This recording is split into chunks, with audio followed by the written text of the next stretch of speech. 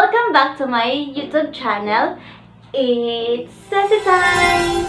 So for today's video, as you can see, same outfit ako from my last video. Kasi nga magkaparehas na araw ko lang din silang ginawa.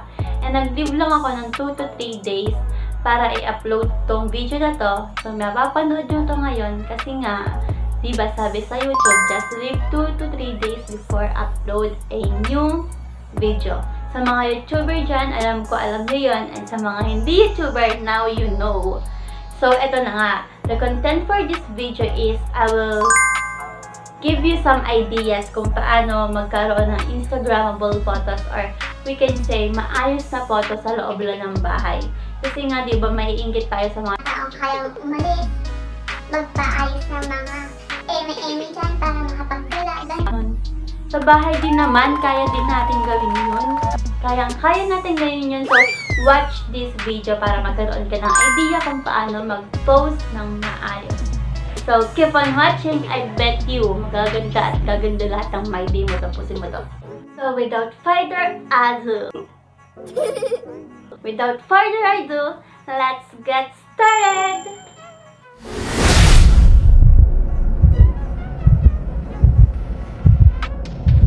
Yung unang picture na pinakita ko is, I called it hanging kili-kili pose.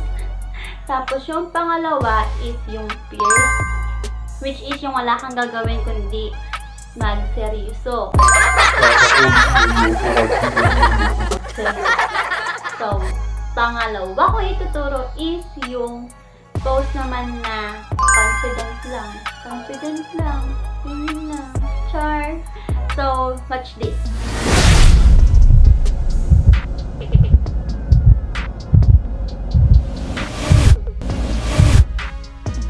Ayun, yung mga picture na parang nabigla ka lang. Mapapalingan ka lang na ganyan.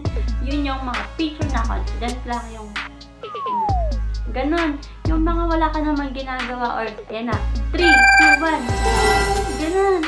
Yun, isang effective yun yung mga biglaang click lang. The best yan, the best yan. Third is yung kung gusto mo naman ng pang sexy kahit di ka sexy. Sige, ipupush natin yan. Panoodin mo to, ha? Mwah!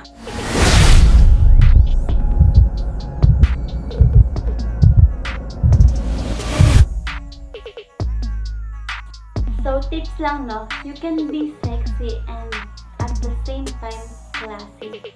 Mas okay kasi yung sexy na elegante kaysa sa sexy na ano, ganun.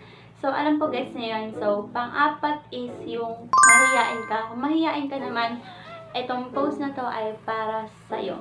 So, keep on watching again.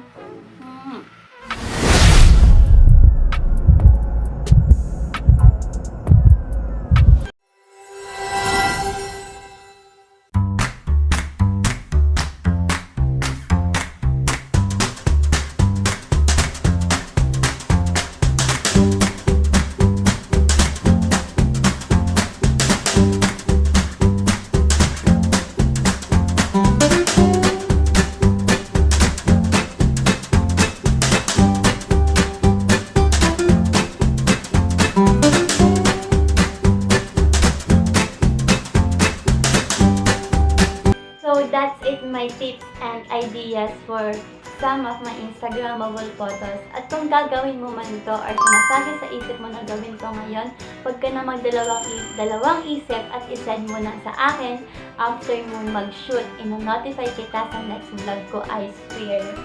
It's my pleasure pag ginawa mo yung tips ko. So, if you like this kind of video, guys, please comment below para notify ako kung gagawa pa ako ng ganitong videos. And do not forget to hit the subscribe button, the notification bell, and like this video for upcoming videos. Bye-bye! Ingat palagi! God bless!